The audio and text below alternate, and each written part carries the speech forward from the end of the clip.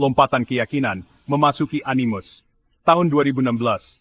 Callum Lynch, seorang pria dihantui masa lalu yang kelam, berada di tangan sebuah organisasi kuat yang bernama Abstergo Industries. Callum tidak tahu, hidupnya akan segera berubah. Dia akan mengungkap rahasia tersembunyi dalam DNA-nya. Bersiaplah untuk perjalanan seru menembus waktu. Inilah dunia Assassin's Creed.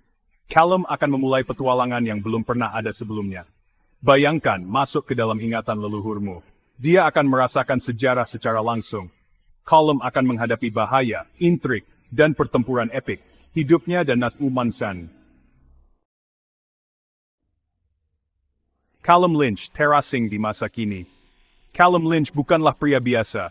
Dia memikul beban berat. Masa lalunya diselimuti kegelapan. Setiap langkah yang diambilnya terasa seperti bayangan masa lalu yang terus menghantuinya. Callum selalu merasa seperti orang asing. Di tengah keramaian, ia tetap merasa sendirian, terasing dari dunia yang terus bergerak tanpa dirinya. Ditinggalkan sejak kecil, ia tumbuh besar dalam kesepian. Kehidupan di panti asuhan mengajarkannya untuk tidak berharap banyak dari orang lain. Hidupnya semakin memburuk ketika ia terlibat dalam kejahatan. Keputusaan membawanya ke jalan yang salah, dan akhirnya ia ditangkap. Kini, Callum menghadapi hukuman mati. Namun eksekusinya hanyalah permulaan. Di ruang sidang, ia merasa hidupnya sudah berakhir. Tetapi takdir memiliki rencana lain. Alih-alih mati, ia dibawa ke fasilitas misterius. Tempat ini penuh dengan teknologi canggih yang belum pernah ia lihat sebelumnya. Disinilah ia bertemu dengan Dr. Sophia Rikin, yang penuh teka-teki. Dia menawarkan kesempatan, sebuah kesempatan untuk menebus kesalahan masa lalunya. Dia bisa berpartisipasi dalam program revolusioner. Program ini menjanjikan lebih dari sekadar pengampunan, tetapi juga pemahaman tentang siapa dirinya sebenarnya. Callum tidak tahu, program ini akan mengubah hidupnya selamanya. Perjalanan yang akan ia tempuh, penuh dengan misteri, dan penemuan diri yang mendalam. Abstergo Industries mengungkap warisan tersembunyi. Sebuah perusahaan yang tampak seperti raksasa modern, namun menyimpan rahasia yang lebih dalam dari yang bisa dibayangkan. Abstergo Industries, sebuah nama yang erat kaitannya dengan kekuasaan dan kerahasiaan. Di balik dinding-dinding kaca dan baja ini, ada cerita yang belum terungkap. Di permukaan, mereka adalah perusahaan farmasi canggih. Mereka mengembangkan obat-obatan yang menyelamatkan jutaan nyawa. Tapi di balik itu semua, ada kebenaran yang tersembunyi. Kebenaran yang hanya diketahui oleh segelintir orang. Mereka adalah wajah modern dari Ordo kuno. Sebuah ordo yang telah ada selama berabad-abad. Ordo yang dikenal sebagai Templar. Sebuah kelompok yang memiliki tujuan yang sangat ambisius. Tujuan mereka sederhana, mengendalikan umat manusia. Mereka percaya bahwa dengan mengendalikan pikiran manusia, mereka bisa menciptakan dunia yang lebih baik. Mereka percaya bahwa kehendak bebas adalah akar dari semua kejahatan. Dengan menghapus kehendak bebas, mereka yakin bisa menghilangkan kejahatan dari dunia ini. Templar mencari artefak dengan kekuatan luar biasa. Artefak yang bisa memberi mereka kekuatan untuk mengendalikan pikiran manusia. Mereka menyebutnya Apple of Eden. Sebuah artefak yang memiliki kekuatan yang tak terbayangkan. Artefak ini memegang kunci untuk mengendalikan pikiran manusia. Dengan artefak ini, mereka bisa mengendalikan dunia. Abstergo tidak akan berhenti untuk menemukannya. Mereka akan melakukan apa saja untuk mendapatkan artefak ini, bahkan jika itu berarti mengorbankan segalanya. Animus membuka ingatan genetik. Inti dari rencana Abstergo terletak pada keajaiban teknologi Animus. Mesin ini memungkinkan pengguna untuk menghidupkan kembali ingatan leluhur mereka. Dengan mengakses kode genetik mereka, subjek dapat mengalami masa lalu seolah-olah mereka ada di sana. Bagi Callum, Animus adalah satu-satunya harapan untuk bertahan hidup. Dengan berpartisipasi dalam program ini, ia dapat lolos dari hukuman mati. Tapi Animus lebih dari sekadar mesin. It's pintu crouch dugunda semni. Kawakakan at palamas semain detertolai. Bagian 5, Aguilar de Nerja, kisah seorang pembunuh dari Spanyol. Ini adalah kisah yang penuh dengan petualangan, misteri, dan perjuangan. Melalui Animus, Callum menghidupkan kembali kehidupan Aguilar de Nerja. Teknologi ini memungkinkan dia untuk merasakan setiap momen dari kehidupan leluhurnya. Aguilar adalah seorang pembunuh terampil yang hidup di Spanyol abad ke-15.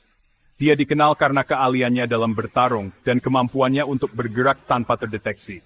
Dia adalah anggota dari sebuah ordo rahasia yang dikenal sebagai Assassins. Ordo ini telah ada selama berabad-abad, bekerja dalam bayang-bayang untuk melindungi kebebasan manusia. Para pejuang ini berjuang untuk kebebasan. Mereka melawan tirani dan penindasan, berusaha untuk menciptakan dunia yang lebih adil. Mereka menentang Templar dan kekuasaan mereka yang menindas. Templar adalah musuh bebuyutan Assassins, selalu berusaha untuk mengendalikan dunia dengan tangan besi. Callum merasakan kehidupan Aguilar secara langsung.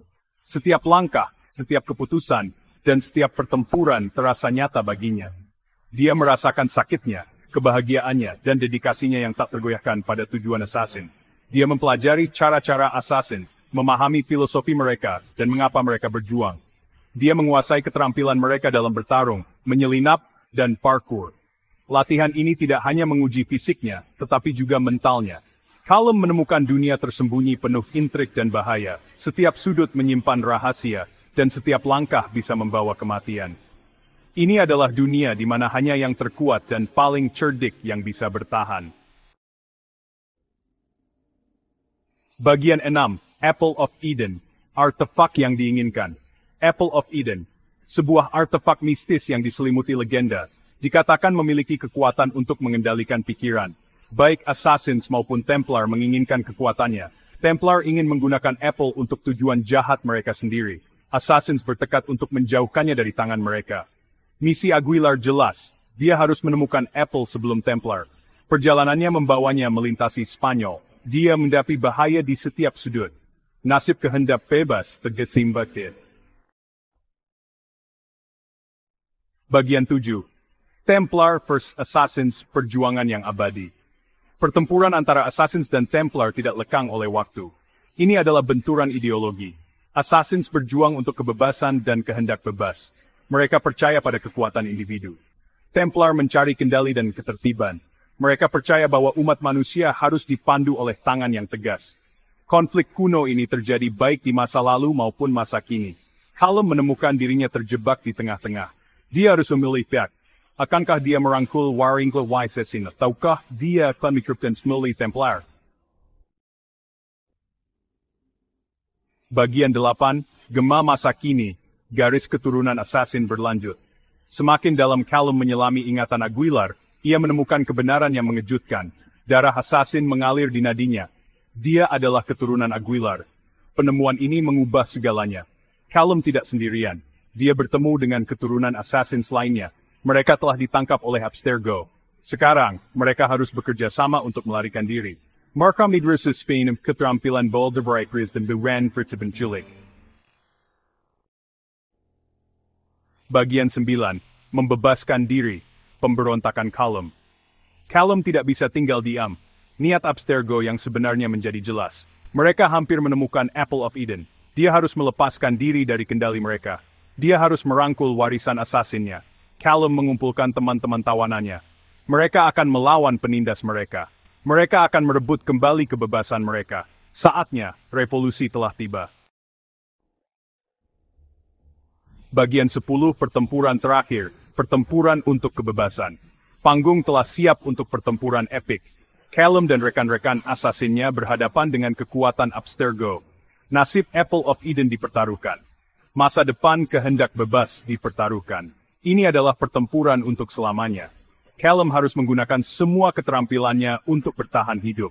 Dia harus mengambil kekuatan dari leluhurnya. Dukung seperti saat Assassins melaksupul perorangan mereka.